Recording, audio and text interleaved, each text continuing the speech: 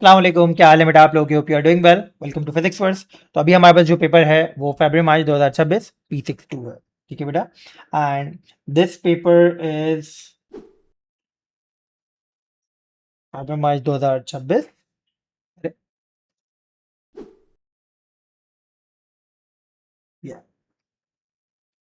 फरवरी मार्च 2026 P62 1 hour का paper है। IGCSE का पेपर है। ऑल क्वेश्चंस आंसर करने हैं। 40 मार्क्स का पेपर है and the paper has 16 pages. कोई भी पेज मिस या मिस प्रिंटिंग ना हो। आगे बढ़ते हैं। इसमें determine the density of the ball. ठीक है। We are starting this paper at 8:57।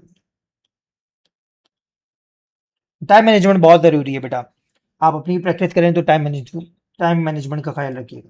Pores water into a measuring cylinder until it is approximately half full। सही है बेटा।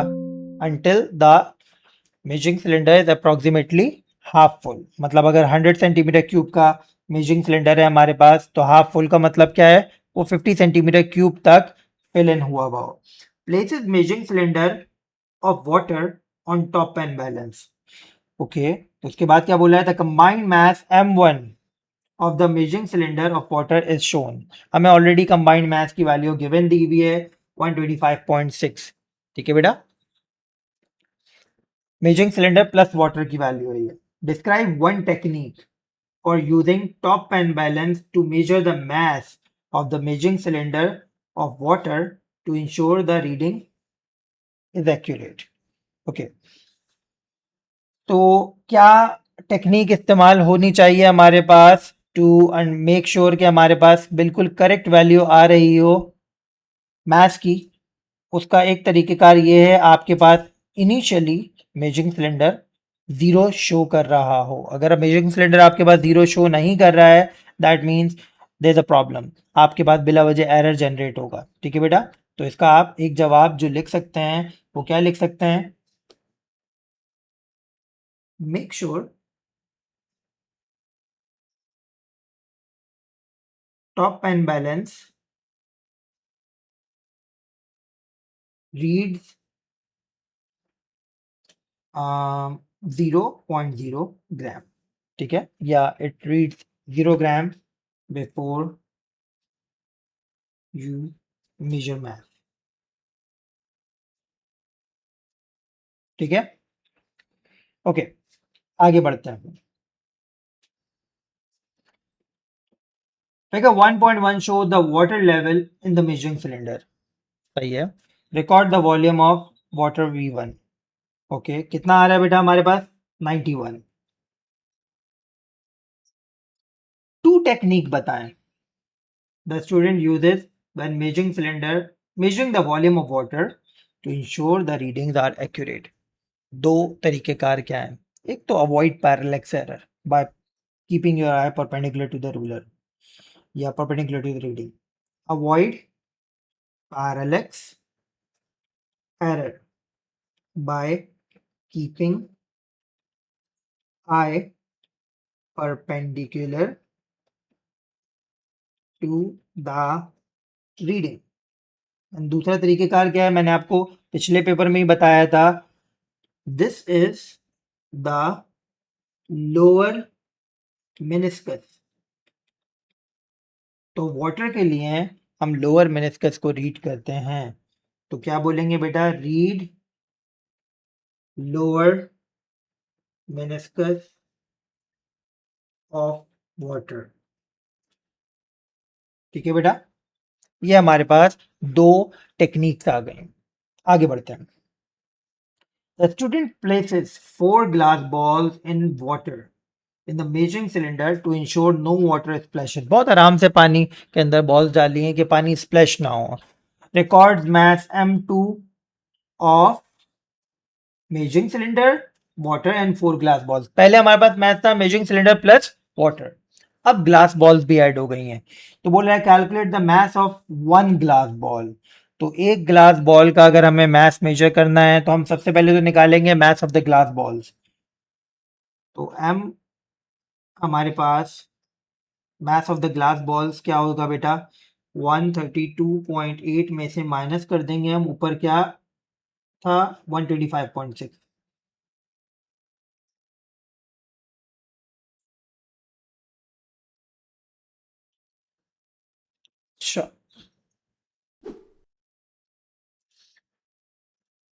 132.8 माइनस 125.6। बेटा आंसर आ रहा है 7.2। ये 4 बॉल्स का मैथ है। ठीक है बेटा, अब हमने क्या करना है बेटा, मैथ निकालने के लिए 7.2 डिवाइड बाय 4 किया। सिंगल बॉल का मैथ निकालने के लिए 7.2 divide by 4, we are having an answer of 1.8। सही है, 1.8 ग्राम हमारे पास आंसर आ गया।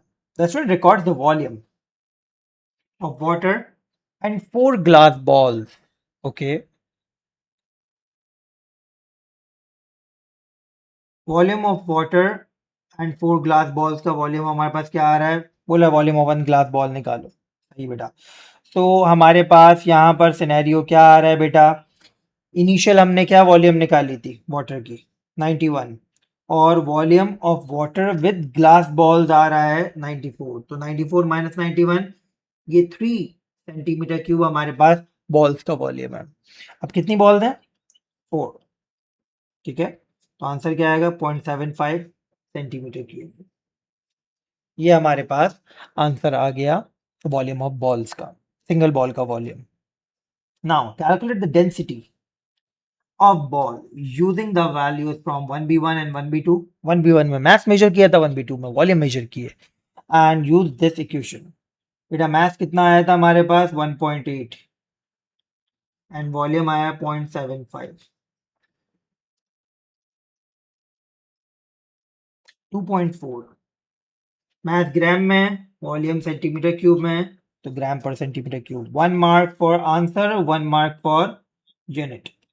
ठीक है बेटा, नाउ कह रहे हैं suggest 2 improvement that will help the student to determine more accurate value of volume of glass ball। बेटा देखो 4 ग्लास बॉल्स का वॉल्यूम कितना कम आ रहा है, हमें ज्यादा ग्लास बॉल्स इस्तेमाल करनी चाहिए। ठीक है, तो हमने क्या बोला, यूज मोर ग्लास बॉल्स।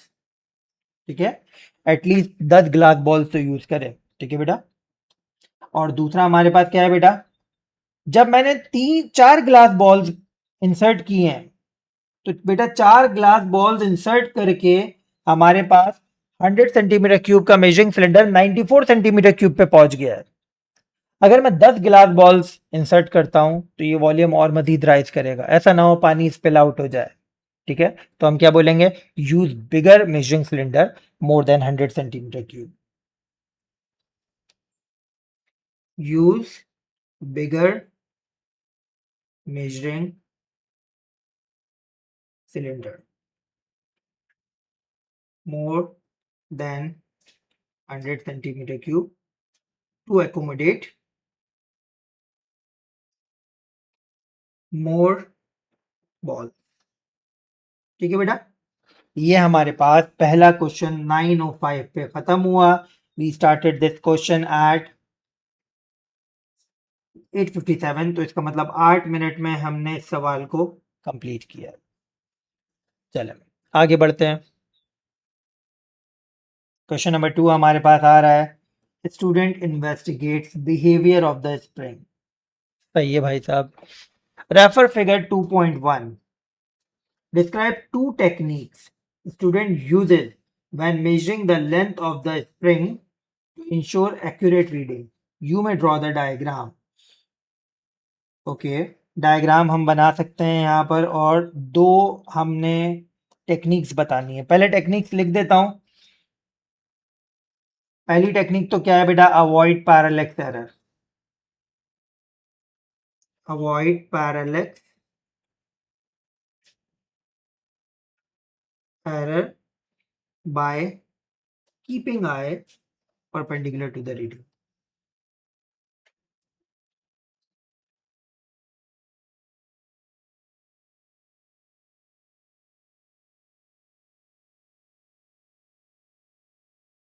और दूसरी क्या हो सकती है बेटा, हमें इस स्प्रिंग को रूलर के करीब रखना चाहिए।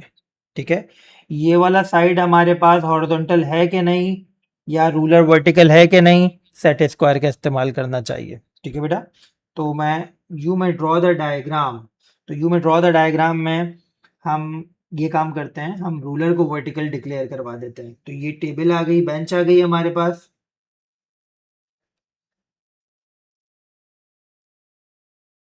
ठीक है, ये हमारे पास स्टैंड आ गया।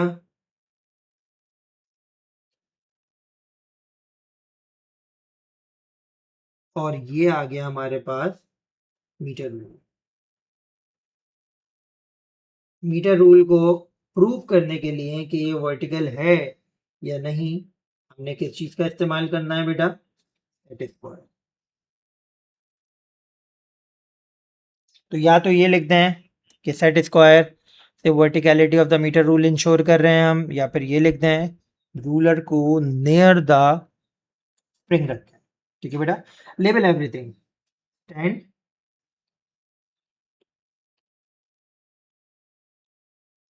Bench, set square, ruler. ठीक है बेटा, और यहाँ पे आप चाहें तो आप स्प्रिंग भी दिखा सकते हैं। Spring.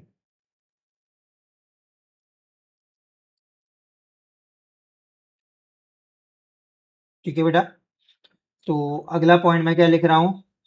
To make sure ruler is vertical, comma use set square as shown in diagram.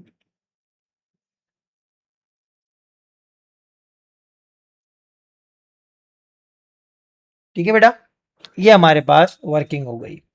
आगे बढ़ते हैं। Figure 1, figure 2.2, record the initial length of the spring with no load. You do not include the loops at the end of the spring in your measurement. Show clearly on figure 2.2 how you made your measurement. तो बेटा, मैं एक, हमें loop लेने को नहीं बोला है, लूप ये वाली चीज है, ये लूप नहीं लेना है हमें। ठीक है बेटा, तो हमने अपनी मेजरमेंट शुरू करनी है फ्रॉम हेयर।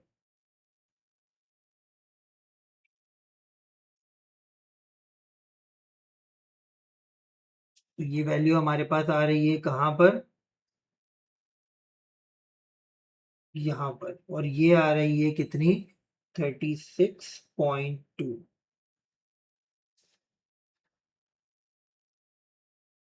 और एक वाली, दूसरी वाली हमारे पास कहाँ आ रही है बेटा? यहाँ पर, and that is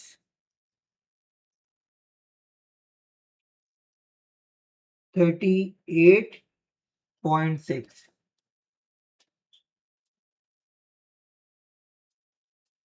ठीक है, तो ये दोनों वैल्यूज हमने दिखा दी हैं। और एल ओ हमें निकालना है, ओरिजिनल लेंथ हमें निकालनी है। तो कैसे करेंगे बेटा? इन दोनों को सब्ट्रैक्ट कर देंगे। तो ये हमारे पास आ जाएगा क्या? 36, सॉरी 38.6 माइनस 36.2। क्या आ रहा है आंसर बेटा? 38.6 माइनस 36.2, 2.4। सही है बेटा। ओके, अब ये जो 2.4 हमारे पास आ रहा है, इसकी वैल्यू को हम लोग कुछ इस तरीके से कर देते हैं। आंसर मिलीमीटर में चाहिए, हमने सेंटीमीटर में निकाला है। तो बेटा इसको काम करो, मल्टीप्लाई बाय 10 करो, 24 मिलीमीटर आ जाएगा। ठीक है बेटा, दैट इज हाउ हमने इस रीडिंग को मिलीमीटर में कन्वर्ट किया। सही है, अब आगे बढ़ते हैं। Suspends load of 1 Newton on the spring. Record the new length of the spring in table 2.1. Calculate the extension of the spring using the formula x equals to L minus LO. Okay बेटा, तो ये L है और LO हम पहले ही निकाल चुके हैं। कितना? LO हमारे पास है 24 मिलीमीटर। ये आंसर भी मिलीमीटर में है बाय द वे। ठीक है, repeat the process for load 2 Newton, 3 Newton, 4 Newton, 5 Newton. अब ये हमसे ये वैल्यूज फिल इन करवाएगा। कह रहे हैं, अच्छा बोल दिया है मेरे ख्याल से। Calculate extension of the spring बोल दिया है ऑलरेडी ये वाले स्टेप में। ठीक है, चले करते हैं बेटा।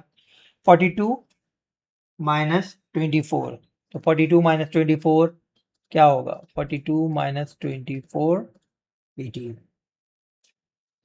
देन 61 माइनस 24, ओरिजिनल लेंथ 24 ही रहेगी, 37। Then 82 minus 24 58। then 107 minus 24 83। and then 125 minus 24 101 आएगा। ठीक है बेटा, ये हमने सारी वैल्यूज को राइट डाउन कर दिया। Plot a graph of load slash Newton on y-axis against x slash millimeter on x-axis. Start axis from the origin, draw the best fit line. तो load slash Newton y-axis पे रखना है and x slash millimetre x axis पे रखना है। 1 mark तो मिल गया बेटा हमें। ठीक है, दूसरा मार्क क्या है? यूनिफॉर्म स्केल बनाने का। तो लोड 1 till 5 जा रहा है, तो start your axis from origin बोला है, तो हम क्या करेंगे बेटा? 0 1 2 3 4 5, ये हमारे पास लोड का एक्सिस कंप्लीट हो गया। और ये जा रहा है 101 तक। ओके, सो 101 तक अगर ये जा रहा है तो 0 20 40 60 80 100 120। ठीक है बेटा, इस तरीके से हमारे पास दोनों यूनिफॉर्म स्केल बन गए।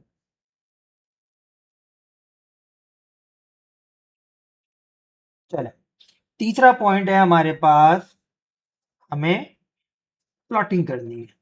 एंड प्लॉटिंग के लिए मैं बता दूं, हम इन दो चीजों के दरमियान ग्राफ बना रहे हैं।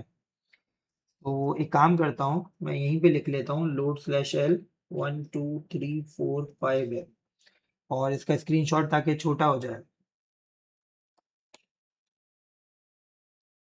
ठीक है, तो इसका स्क्रीनशॉट ले लेते हैं ताकि हमें बार बार ऊपर नीचे मूव ना करना पड़े।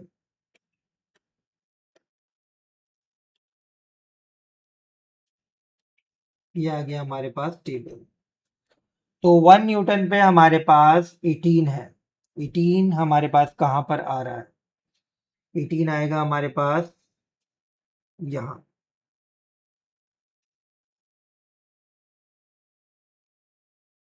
ठीक है, देन अगला क्या है हमारे पास? 2 पे 37, 2 पे 37, 37 हमारे पास, ये 36 है, ये 38 है, 37 इनके बिल्कुल सेंटर में आएगा।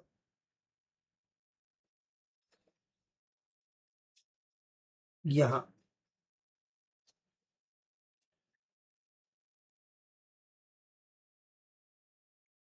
ठीक है बेटा, नेक्स्ट हमारे पास 3 पे 58, 58 आएगा यहाँ पर।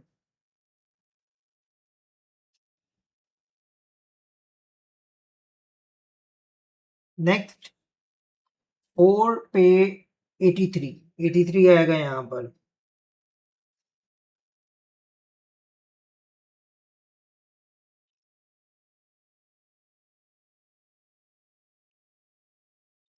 एंड 5 पे 101, 101 आएगा यहाँ पर। तो 5 पे 101 आ गया ये।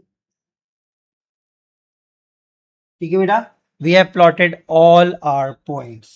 Let's draw the best fit line.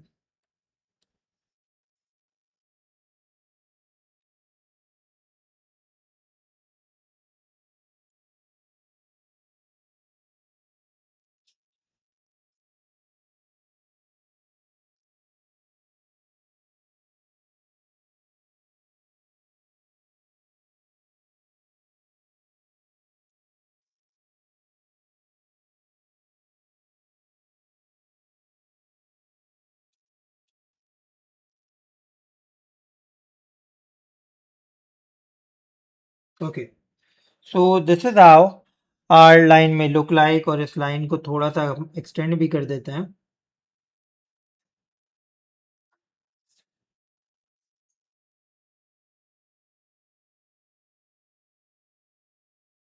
ठीक है, परफेक्ट। पॉइंट कौन कौन से हैं हमारे पास, ये देख लो बेटा। ये वाला पॉइंट नीचे छूट रहा है, ये ऊपर छूट रहा है, बाकी ये 3 पॉइंट हमारे पास लाइन पर आ रहे हैं। ठीक है, दिस दिस दिस लाइन पर आ रहे हैं। ये वाला पॉइंट थोड़ा सा ऊपर छूट रहा है, थोड़ा सा नीचे छूट रहा है। We have a best fit line. ठीक है बेटा, परफेक्ट। तो हमारी ये बेस्ट फिट लाइन कंप्लीट हो गई। आगे बढ़ते हैं, क्या कह रहे हैं। State and explain how L and X line shows L and X are directly proportional. बेटा डायरेक्टली प्रोपोर्शनल ग्राफ की क्या निशानी होती है? Graph from the origin straight line होता है। एंड हम पहले ही डिक्लेयर कर चुके हैं कि बेसमेंट लाइन हमारे पास अप्रोक्सीमेट लाइन होती है और ये ऑलमोस्ट ओरिजिन के करीब ही आ रही है। स्ट्रेट लाइन है, ओरिजिन के करीब आ रही है। ठीक है, तो हम क्या बोलेंगे, since graph is a straight line and almost passes through origin. This shows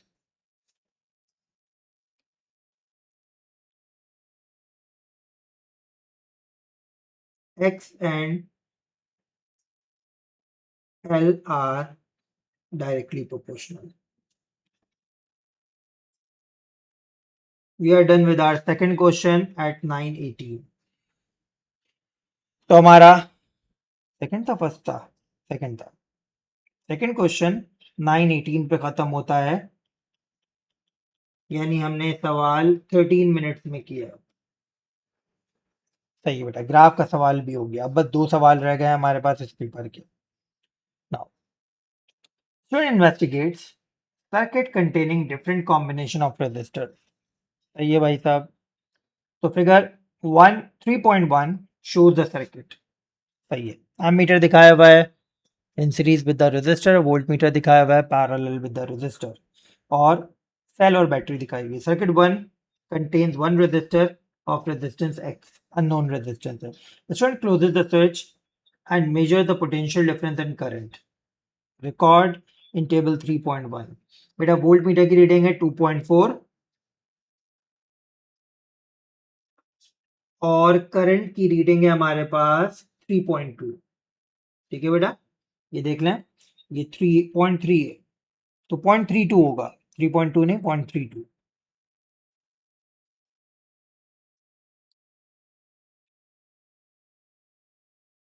2.4 and 0.32 हमारे पास वैल्यूज आ गई। ठीक है, अब क्या कह रहे हैं,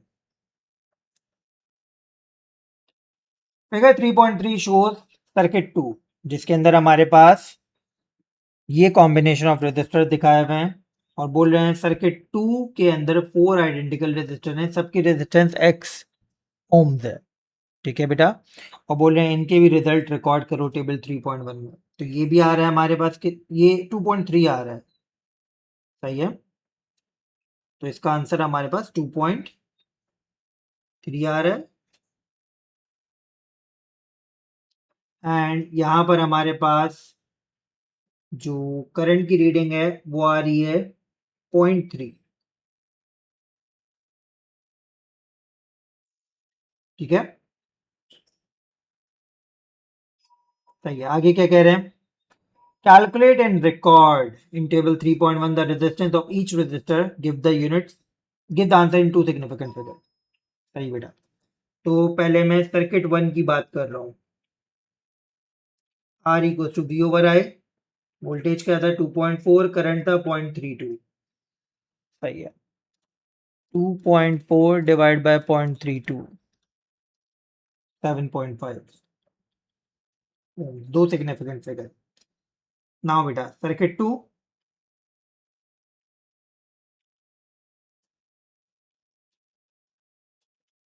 R equals to V over I, बेटा वोल्टेज है 2.3, करंट है 0.3। सेकेंड सर्किट का 2.3 divided by 0.3, we are getting an answer of 7.6। अच्छा 7.66 है, तो ये राउंड ऑफ होके 7.7 ओम्स हो जाएगा। सही, ये दोनों टेबल में रिकॉर्ड कर देते हैं हम। ये आया बेटा हमारे पास 7.5 और ये आया 7.7। सही है।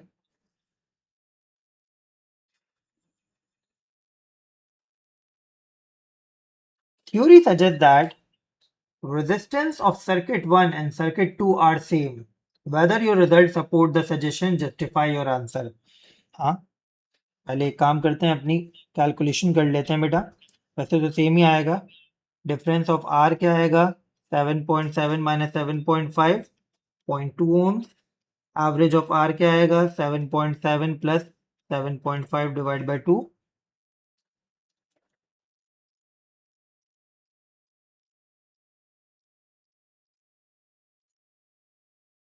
7.6। एंड डिफरेंस को एवरेज से डिवाइड करके मल्टीप्लाई बाय 100 कर दिया, तो ये आ रहा है हमारे पास 0.2, 7.6 मल्टीप्लाई बाय 100,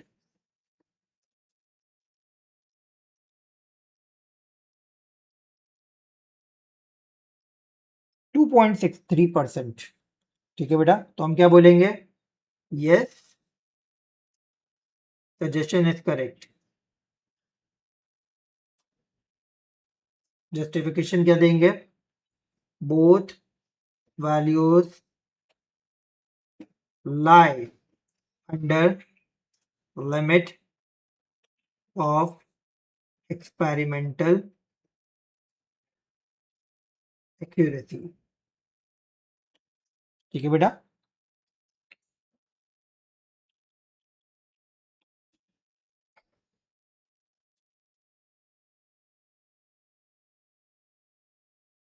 सही है, ये हमारे पास कंप्लीट हुआ। आगे बढ़ते हैं। Figure 3.5 shows the circuit 3। Circuit 3 में बोल रहे हैं the circuit contains 9 identical resistors each of resistance x। Predict the resistance of this combination. बेटा इस कॉम्बिनेशन की रेजिस्टेंस हमें बतानी होगी। क्या हो सकती है इस कॉम्बिनेशन की रेजिस्टेंस हमें? ठीक है बेटा, तो अभी तक हमें क्या दिखाई दिया है? अभी तक हमें दिखाई दिया है कि भाई जब हमारे पास सिनेरियो था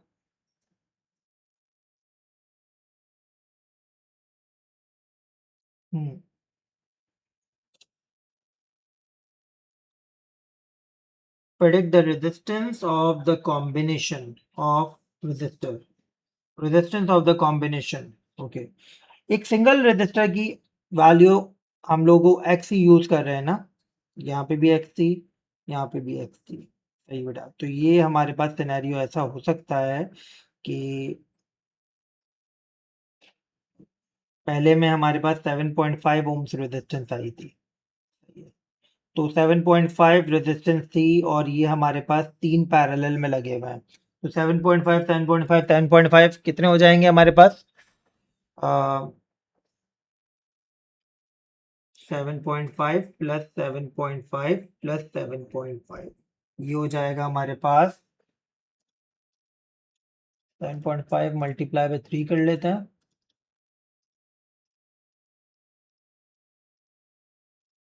22.2।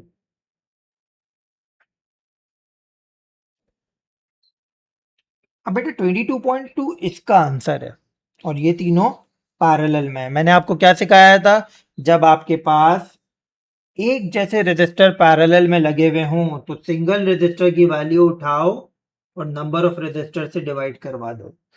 तो 22.2 डिवाइड बाय 3, हमारे पास आंसर क्या आएगा? 7.5। ठीक है, तो यहाँ पे आंसर हमारे पास वही 7.5 आ रहा है।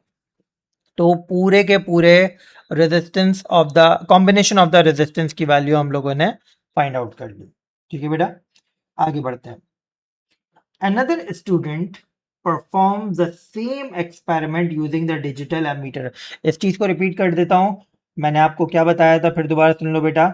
ये तीनों सीरीज में है, तो एक रेजिस्टर की रेजिस्टेंस हमने ऊपर सर्किट 1 से देख ली थी और वही रेजिस्टर एक्स यूज हो रहा है। तो अगर एक की 7.5 ओम रेजिस्टेंस है तो तीन की क्या हो गई? तीनों को एडअप कर लो, तो मैंने यहाँ पे इसकी रेजिस्टेंस निकाल ली। अब 22.5 यहाँ की भी है, यहाँ की भी है, यहाँ की भी है, तो टोटल रेजिस्टेंस निकालने के लिए मैंने आपको शॉर्टकट बताया था, पैरेलल रेजिस्टर कॉम्बिनेशन हो, एक जैसे रजिस्टर की वैल्यू हो, सिंगल रजिस्टर की वैल्यू उठाओ, नंबर ऑफ रजिस्टर से डिवाइड करवा दो। तो 1 2 3 हमारे पास है, 3 से डिवाइड करवा दिया। ठीक है बेटा, that's how we got our answer. बोल रहा है state one advantage of using digital meter. No chance of having product error.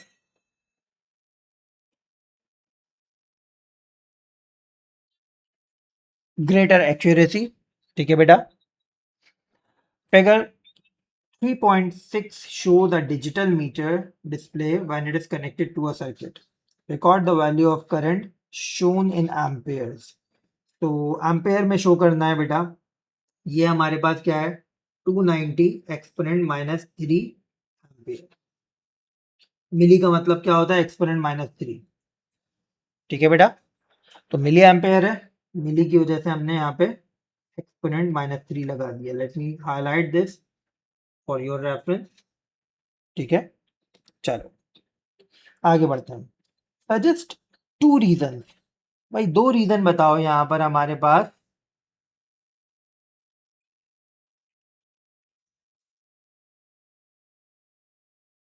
Why the switch open after the reading are taken. तो मैंने आपको बताया था to prevent the circuit from over heating. हम नहीं चाहते बिना वजह करंट फ्लो होता रहे, सर्किट हीटअप होता रहे। सर्किट हीटअप होगा तो टेम्परेचर बढ़ेगा, रेजिस्टेंस चेंज होगी। From over heating, hence temperature and resistance of resistors remain same। दूसरा रीजन क्या हो सकता है, we are using battery here, battery can run down. ठीक है, to prevent battery from run down या गेटिंग यूज्ड अप। ठीक है बेटा, ये हमारे पास 12 मार्क का सवाल कंप्लीट हो गया at 9:28। so we did this electricity question at 9:28। That means इस सवाल को करने में हमें सिर्फ 10 मिनट लगे।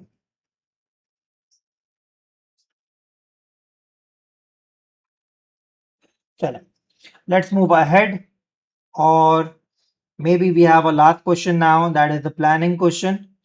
yes, 9:29 पे हमारा सवाल है प्लानिंग क्वेश्चन का।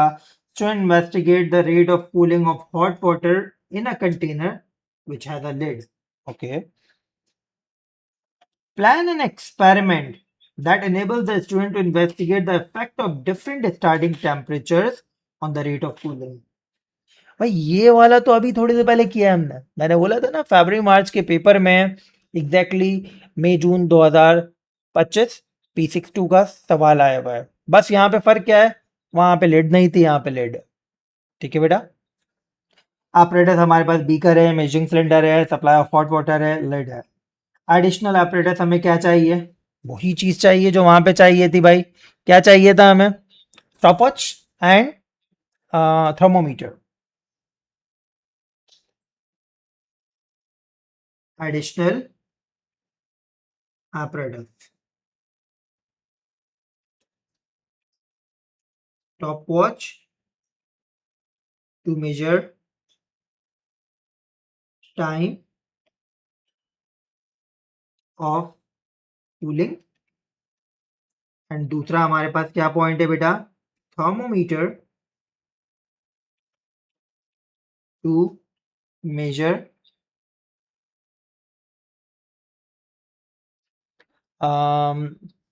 टेम्परेचर। ठीक है बेटा, अच्छा आप एक चीज और लिख सकते हैं, बीकर टू कंटेन वाटर। सही बेटा, ये एडिशनल apparatus होगा हमारे पास। आगे क्या बोल रहा है, explain briefly how to do the investigation method. वही मेथड होगा बेटा। ठीक है, मेथड में हमारे पास क्या होगा, हमारे पास सप्लाई किस चीज़ की है, हॉट वाटर की है, कोल्ड वाटर की है, सप्लाई ऑफ हॉट वाटर है। ओके, यहाँ पे बस वो नहीं है, इलेक्ट्रिक केटल नहीं है। ठीक है, तो हमने क्या करना है, pour hot water in beaker and measure its initial temperature.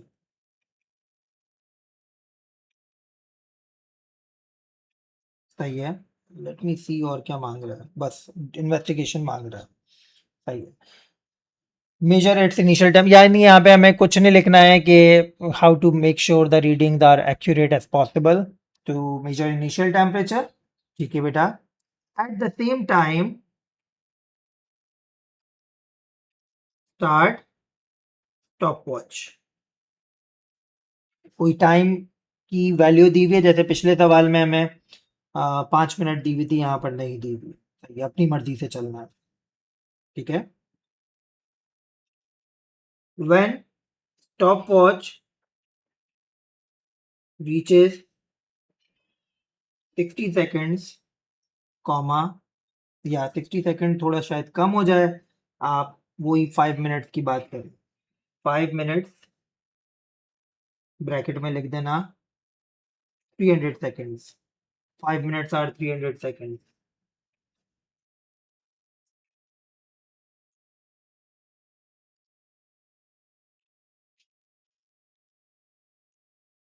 Again major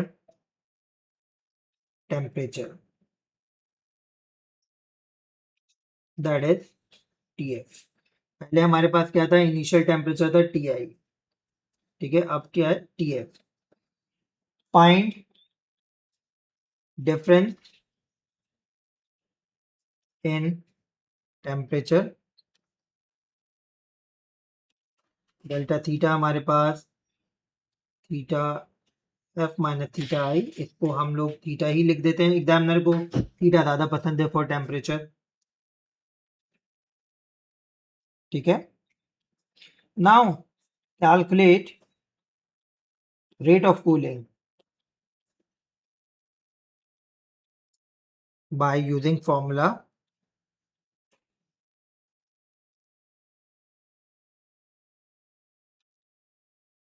rate of cooling equals to delta theta upon 300। 300 हमारे पास टाइम है, या टाइम लिख दो यहाँ पर बस। सही बेटा। Repeat the process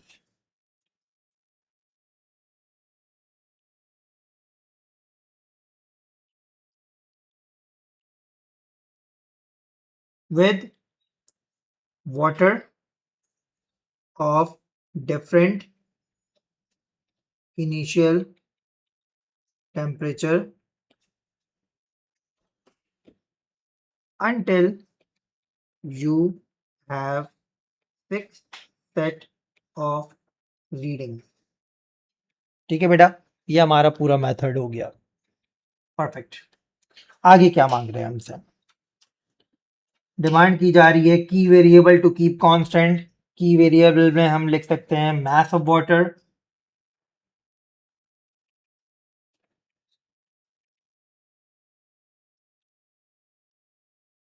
mass of water, और हम क्या लिख सकते हैं बेटा यहाँ पर, room temperature.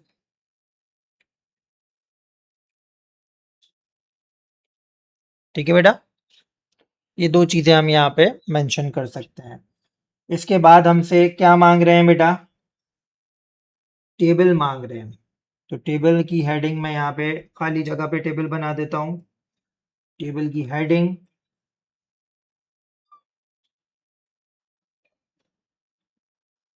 Initial temperature, final temperature and rate of cooling, या डिफरेंस इन टेम्परेचर भी आप इंक्लूड कर सकते हैं।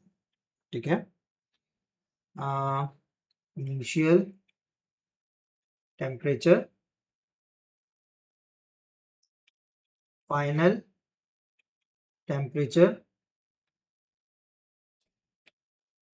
Difference in temperature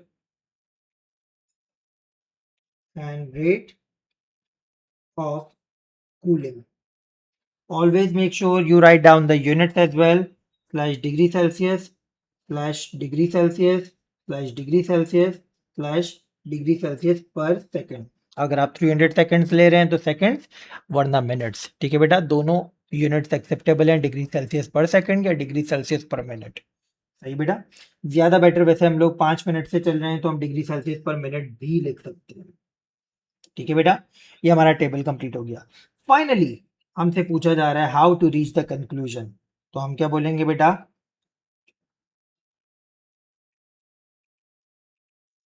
plot a graph